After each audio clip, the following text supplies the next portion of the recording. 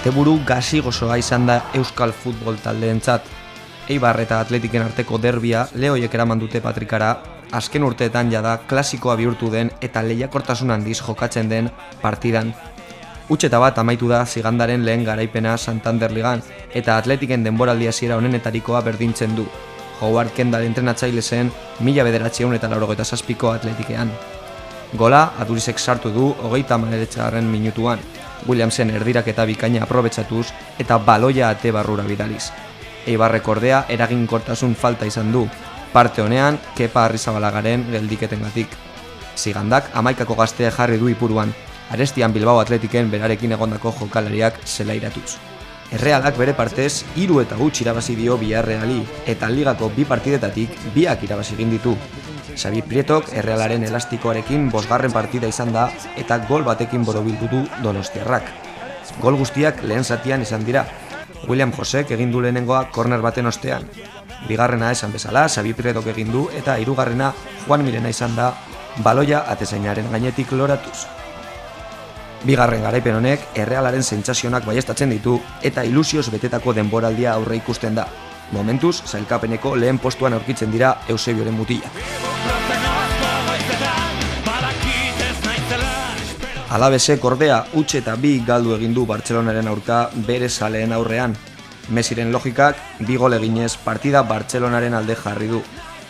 Eratxe prozesuan dagoen Bartzelona, bere irudi honenatiko urrun, mende hartu dio Alavesi bere biziko meriturik gabe. Gasteiztarrek lana daukate oraindik, pasa den urteko eta orain arabatikat dauden jokalari indartsuenen itzalak argitzeko.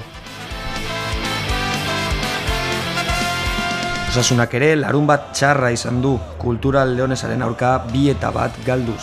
Gorritxoek markagailuan aurretik jarri dira Roberto Torresen gol batekin, baina partidaren azken txampan 82 eta 81. minutuetan Kulturalekoek 2 gol sartu dituzte eta puntuak Leonen geratu dira. Aurten ere Atletikeko neskak atera dira Euskal Herriko txapeldun. Derbietako puntuak batu ondoren, Erreala eta Atletik atera ziren finalista Euskal Herriko koparako. Liga prestatzeko aukera bikaina izan dute 2 taldeek txapelketa honetan. Joseba Agirreren neskek 3 eta 0 sartu zuten garaipen nabarmen bat lortuz. Golak Garazi, Nekane eta Erika Vázquezen eskutik heldu ziren. Orain, ligara begiratzea tokatzen zaie 2 taldeei asteburu honetan hasiko baita. Zuri-gorriek Badajozen hasiko dute txapelketa Santa Teresaren aurka eta txuri-urdinek aldiz etxean abiatuko dute Valentziaren aurka. Kontxako bandera bertan delarik ligako estropadak ere bertan dira. Azkena Bermeotarren Bou Bizkaiak irabazi zuen Boiroko uretan. Nagusitasun osoz irabazi zuen trainera Bermeotarrak eta sailkapenean Hondarribiarekiko abantaila mantentzen dute.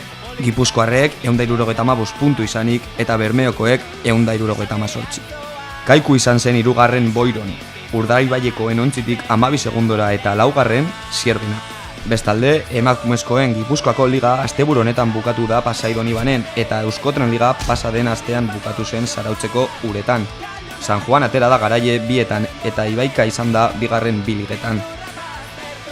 Emakumezkoak ere Kontxako banderaren zain daude, 2 sailkapenetako emaitzak ikusi ondoren borroka estua mantentzen baita eta banterak ez baitu jabe posible argirik.